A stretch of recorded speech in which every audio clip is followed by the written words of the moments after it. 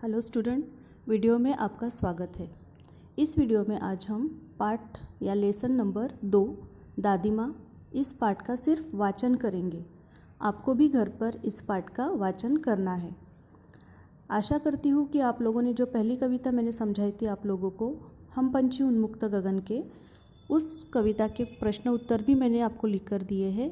तो आपने वो प्रश्न उत्तर और होमवर्क घर पे किया ही होगा। अगर नहीं किया है तो उसे जल्दी से जल्दी आपको वो होमवर्क और प्रश्न अभ्यास पूरा करना है। पाठ स्टार्ट करने के पहले या लेसन स्टार्ट करने के पहले मैं आपको एक इंस्ट्रक्शन देती हूँ। आपको हाथ में पेंसिल लेकर बैठना है ताकि जो कठिन शब्द आते हैं उसको आप अंडरलाइन कर सको। तो आइए पाठ पढ़ना हम स्टार्ट करते हैं। तो पाठ का जो टाइटल है, शीर्षक है, उसका नाम है दादी माँ। पाठ का जो शीर्षक है उसका नाम है दादी माँ। आपको शीर्षक से पता ही चल रहा होगा कि पाठ जो है वो दादी माँ के ऊपर यहाँ पे लेखक ने बताया है। तो पाठ का हम वाचन स्टार्ट करते हैं। कमज़ोरी ही है अपनी, पर सच तो यह है कि ज़रा सी कठिनाई पड़ते, बीसों गर्मी, बरसात और वसंत देखने के बाद भी मेरा मन सदा नहीं तो प्रायः अनमना-सा हो जाता है। मेरे शुभचिंतक मित्र मुँह पर मुझे प्रसन्न करने के लिए आने वाली छुट्टियों की सूचना देते हैं और पीठ पीछे मुझे कमज़ोर और ज़रा सी प्रतिकूलता से घबराने वाला कहकर मेरा मजाक उड़ाते हैं। मैं सोचता हूँ, अच्छा, अब कभी उन बातों को न सोचूंगा। ठीक है, जाने दो, सोचने से होता ही क्या है। पर बरबस, बरबस शब्दों को अंडरलाइन करना है। पर बरबस मेरी आँखों के सामने शरद की शीत किरणों के समान स्वच्छ, शीतल, किसी की धुंधली छाया नाच उठती है। मुझे लगता है जैसे क्वार के दिन आ गए हैं। क्वार को अंडरलाइन करिए। मेरे गांव के चारों ओर पानी ही पानी हिलोरे ले रहा है। दूर की सिवान में से बहकर आए हुए मोथा और साई की अधगली घासें, घेऊर और बनप्याज की जड़ें तथा नाना प्रकार की बरसाती घासों के बीच सूरज की गर्मी में खौलते हुए पानी में सड़कर एक विचित्र गंध छोड़ रहे हैं। रास्तों में कीचड़ सूख गया है और गांव के लड़के किनारों पर झाग भरे जलाशयों में धमाके से कूद रहे। जलाशयों को अंडरलाइन करना है। अपने अपने मौसम की अपनी अपनी बातें होती है। आषाढ़ में आम और जामुन न मिले, चिंता नहीं। अगहन में चूड़ा और गुड़ न मिले, दुख नहीं। चैत के दिनों में लाई के साथ गुड़ की पट्टी न मिले, अफसोस नहीं। पर क्वार के दिनों में इस गंधपूर्ण झाग भरे जल में कूदना न हो तो बड़ा बुरा मालूम होता है। मैं भीतर हुड़क रहा था। 1-2 दिन ही तो कूद सका था। नहा धोकर बीमार हो गया। हल्की बीमारी न जाने क्यों मुझे अच्छी लगती है। थोड़ा थोड़ा ज्वर हो, सर में साधारण दर्द और खाने के लिए दिन भर नींबू और साबू। लेकिन इस बार ऐसी चीज़ नहीं थी। ज्वर को चढ़ा तो चढ़ता ही गया। रज़ाई पर रज़ाई और उतरा रात 12 बजे के बाद। दिन में मैं चादर लपेटे सोया था। दादी माँ आई, शायद नहाकर आई थी, उसी झाग वाले जल में। पतले दुबले स्नेह सने शरीर पर सफ़ेद किनारीहीन धोती, सन से सफ़ेद बालों के सिरों पर सद्यहा टपके हुए जल की शीतलता। आते ही उन्होंने सर पेट छुए, आंचल की गांठ खोल किसी अदृश्य शक्तिधारी के चबूतरे की मिट्टी मुंह में डाली, माथे पर लगाई। दिन रात चारपाई के पास बैठी रहती, कभी पंखा झलती, कभी जलते हुए हाथ पैर कपड़े से सहलाती, सर पर दालचीनी का लेप करती और 20 बार छू छू कर ज्वर का अनुमान करती। ज्वर को अंडरलाइन करो। हांडी में पानी आया कि नहीं, उसे पीपल की छाल से छोंका कि नहीं, खिचड़ी में मूंग की दाल एकदम मिल तो गई है, कोई बीमार के घर में सीधे बाहर से आकर तो नहीं चला गया। आधी लाखों प्रश्न पूछ पूछ कर घरवाले को परेशान कर देती। दादी माँ को गंवई गांव की 50 किस्म की दवाओं के नाम याद थे। गांव में कोई बीमार होता, उसके पास पहुँचती और वहाँ भी वही काम, हाथ छूना, माथा छूना, पेट छूना। फिर भूत से लेकर मलेरिया, सरसाम, निमोनिया तक का अनुमान विश्वास के साथ सुनाती। महामारी और विषुचिका के दिनों में रोज़ सवेरे उठकर स्नान के बाद लवंग और गुड़ मिश्रित जलधार, गुग्गल और धूप। सफाई कोई उनसे सीख ले।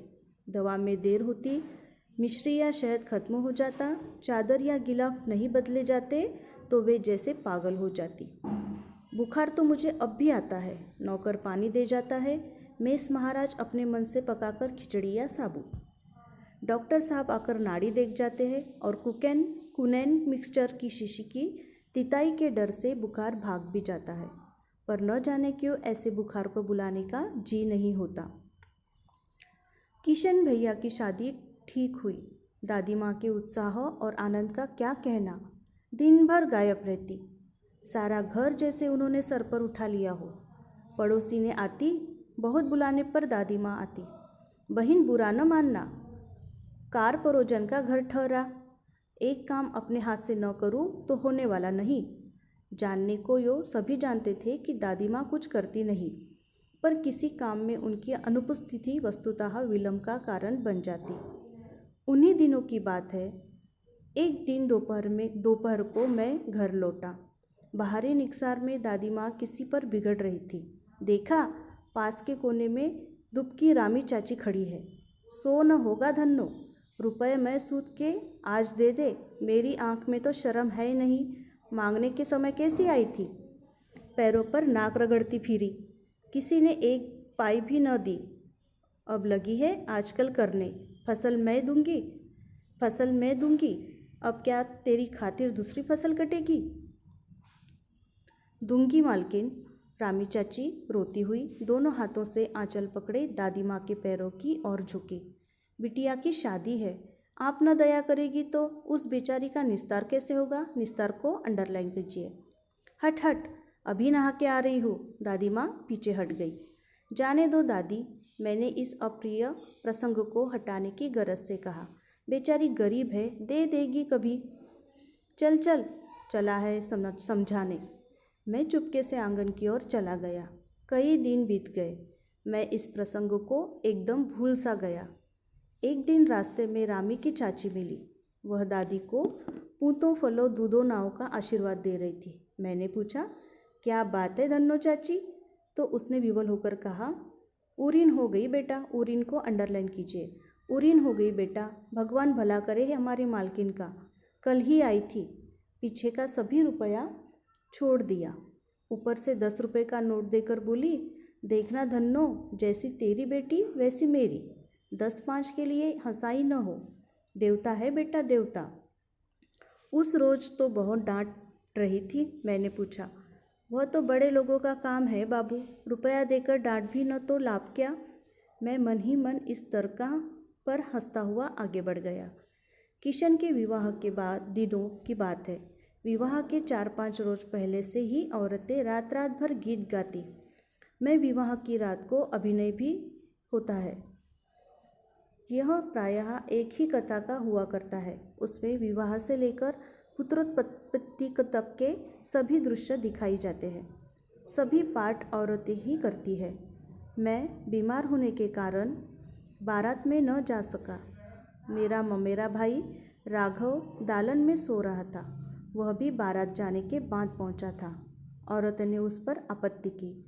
दादी माँ बिगड़ी। लड़के से क्या पर्दा। लड़के और बर्मा का मन एक सा होता है।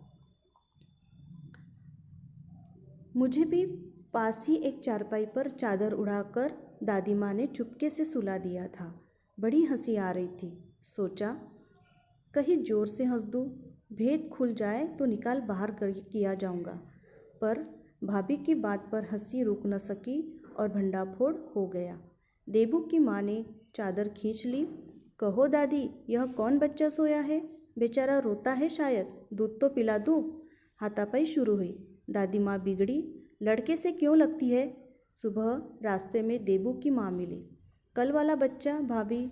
मैं वहाँ से जोर से भागा और दादी माँ के पास जा खड़ा हुआ। वस्तुतः किसी प्रकार का अपराध हो जाने पर जब हम दादी माँ की छाया में खड़े हो जाते, अभयदान मिल जाता। स्नेह और ममता की मूर्ति दादी माँ की एक एक बात आज कैसी कैसी मालूम होती है। परिस्थितियों का वात्याचक्र जीवन को सूखे पत्ते सा कैसा नचाता है। इसे दादी माँ खूब जानती थी। दादा की मृत्यु के बाद से ही वे बहुत उदास रहती। संसार उन्हें धोखे की टट्टी मालूम होता। दादा ने उन्हें स्वयं जो धोखा दिया वे सदा उन्हें आगे भेजकर अपने पीछे जाने की झूठी बात कहा करते थे। दादा की मृत्यु के बाद कुकुरमुत्ते की तरह बढ़ने वाले, मुंह में राम बगल में छुरी वाले दोस्तों की शुभचिंता ने स्थिति और भी डांवाडोल कर दी। दादा के श्राद्ध में दादी माँ के मना करने पर भी पिताजी ने जो अतुल संपत्ति व्यय की वह घर की तो थी नहीं। दादी माँ अक्सर उदास रहा करती। माघ के दिन थे, कड़ाके का जाड़ा पड़ रहा था। पछुआ का सन्नाटा और पाले की शीत हड्डियों में घुसी पड़ती। शाम को मैंने देखा दादी माँ गीली धोती पहने कोने वाले घर में एक संदूक पर दिया जलाए हाथ जोड़कर बैठी है। उनकी स्नेह कातर आँखों में मैंने आंसू कभी नहीं देखे थे। मैं बहुत देर तक मन मारे उनके पास बैठा रहा। उन्होंने आंखें खोली। दादी माँ, मैंने धीरे से कहा, क्या है रे, तू यहाँ क्यों बैठा है? दादी माँ, एक बात पूछूं, बताओगी ना? मैंने उनकी स्नेहपूर्ण आंखों की ओर देखा। क्या है, पूछ। तुम रोती थी? दादी माँ मुस्कुराई। पागल, तूने अभी खाना भी नहीं खाया ना? चल चल, धोती तो बदल लो दादी माँ, मैंने कहा। मुझे सर्दी गर्मी नहीं लगती बेटा। वे मुझे खींचती रसोई में ले गई। सुबह मैंने देखा चारपाई पर बैठे पिताजी और किशन भैया मन मारे कुछ सोच रहे हैं। दूसरा चारा ही क्या है? बाबू बोले, रुपया कोई नहीं देता। कितने के? तो अभी पिछले भी बाकी है। वे रोने रोने से हो गए। रोता क्यों है रे? दादी माँ ने उनका माथा सहलाते हुए कहा। मैं तो अभी हूँ ही। उन्होंने संदूक खोलकर एक चमकती सी चीज़ निकाली। तेरे दादा ने यह कंगन मुझे इसी दिन के लिए पहनाया था। उनका गला भर आया। मैंने इसे पहना नहीं, इसे सहेज कर रखती आई हूँ। यह उनके वंश की निशानी है। उन्होंने आंसू पोंछकर कहा। पुराने लोग आगा पीछा सब सोच लेते थे बेटा। सचमुच मुझे दादी माँ शाप भ्रष्ट देवी सी लगी। धुंधली छाया विलीन हो गई। मैंने देखा दिन काफ़ी चढ़ आया है। पास के लंबे खजूर के पेड़ से उड़कर एक कौवा अपनी घिनौनी काली पाँखें फैलाकर मेरी खिड़की पर बैठ गया। हाथों में अब भी किशन भैया का पत्र काँप रहा है। काली चींटियों सी कतारें धूमिल हो रही है। आंखों पर विश्वास नहीं होता। मन बार बार अपने से ही पूछ बैठता है, क्या सचमुच दादी माँ नहीं रही? तो यहाँ पर हमारा वाचन ख़त्म होता है। आपको ये लेसन घर में 2 या 3 बार फिर से पढ़ना है। लेसन में दादी माँ के ऊपर लेखक ने, उनकी जो लेखक की दादी माँ थी उनके बारे में यहाँ पे बताया हुआ है कि वो किस तरह की औरत थी। दादी माँ जो थी वो किस तरह की औरत थी और कैसे दादी माँ से वो कितना प्यार करते थे और दादी माँ भी उनसे कितना प्यार करती थी। तो नेक्स्ट वीडियो में मैं इस पाठ का, इस लेसन का अर्थ समझाऊंगी। धन्यवाद।